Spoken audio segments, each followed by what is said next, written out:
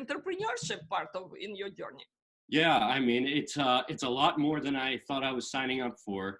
I had never owned my own business before, and so after working for IBM for 15 years, a big part of it was leaving. I knew I didn't want to go work for another large company, and we, yourself included, over their IBM careers, had the opportunity to work with a lot of different agencies. And I used to say, you know, this agency was great for one thing, but then I would have to throw it over to another agency and they did something else. And the answer isn't just a big agency that could do everything. That's typically expensive, big offices. But how do you start to build an agency and a network of agencies that could deliver everything that I wanted at IBM as a client? So that was a big part of why. And then going out and doing it, I had no idea all the different pieces that it takes to run a business and be an entrepreneur. And like you, I took a lot of time to learn, both from people who have done it, and I still speak to, you know, people who are mentors to me, who have been through it and either failed, succeeded, both, and get a lot of advice from them. And, you know, I looked to hire great people around me. And that's something I learned at IBM is, you know, building a great team and how impactful that could be. So from day one, I put my focus on the team and finding the right people, a lot of former IBMers who are actually part of the team. And a lot of that came from because I know that they know kind of the standards that we had at IBM, and we have the same standards with our clients.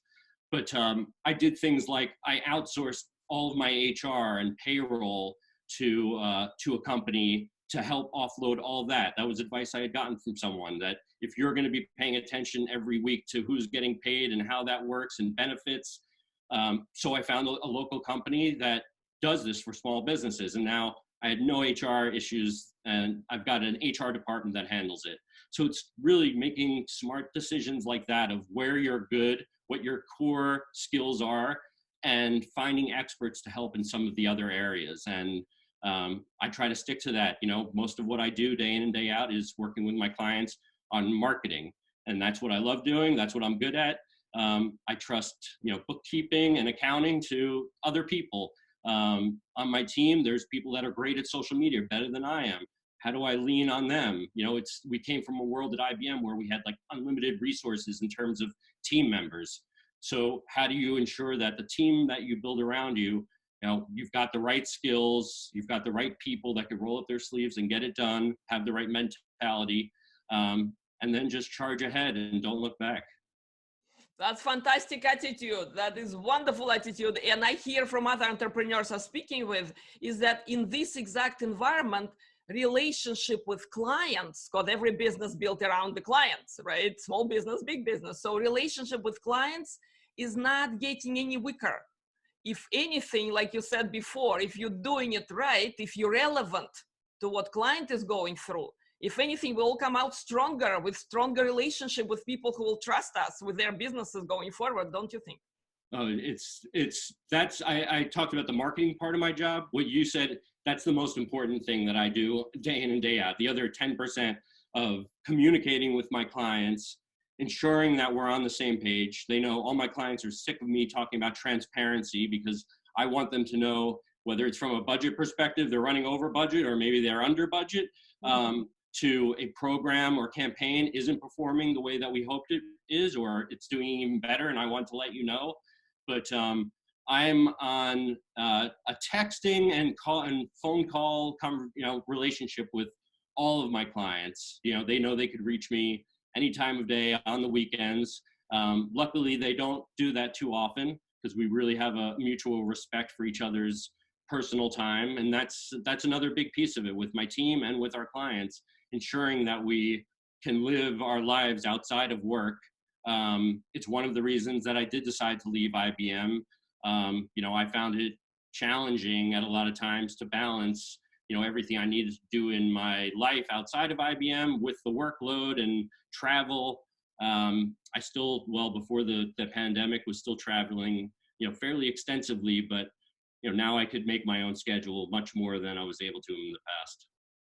Absolutely. And isn't it very inspiring story, Matt? Okay. What I heard from you is that it's possible to start in any place in your life or any place in your career because I would say someone who spent 15 years managing large team, managing large initiatives would not want to go small. And yet there's so many benefits just to be probably your own boss. Not so bad, isn't it? Definitely. No, absolutely. And I got a great experience at IBM. I always say I wouldn't be where I am today if it weren't for IBM. And I mean that, you know, from a skills, experience perspective. And, you know, I did have some involvement in running large businesses, budgets, headcount, things like that. But it's totally different when it's, you know, your own business, and, you know, everything's got to be looked at very carefully, and decisions have to be made every day. That's something that, you know, I had to get used to in the beginning of, you know, you need to make decisions one way or another. Owning your own business, it's not something where you could put things off and procrastinate. A lot of decisions just need to be made on the spot, pretty much. Absolutely, absolutely. Matt, this is fantastic. We went all the way from trends, we went to what's important to companies and clients now, and all the way through careers to entrepreneurship. So Matt, this is fantastic. I want to say thank you so very much for taking this time from your busy entrepreneurial day. Thank Okay, you for and I having wish all me. the success. So let's continue collaborating, because we're all what, colleagues, and you know, potential partners at some point. So Matt, best of luck to conversion marketing, to all the colleagues who may know me, who may not know me out there. But the important part, that it's new world we're stepping into, and it's gonna be great. Yep. Thank you for having me on, and I love what you're doing. Absolutely, yeah. Thank you, Matt, so much. Best of luck.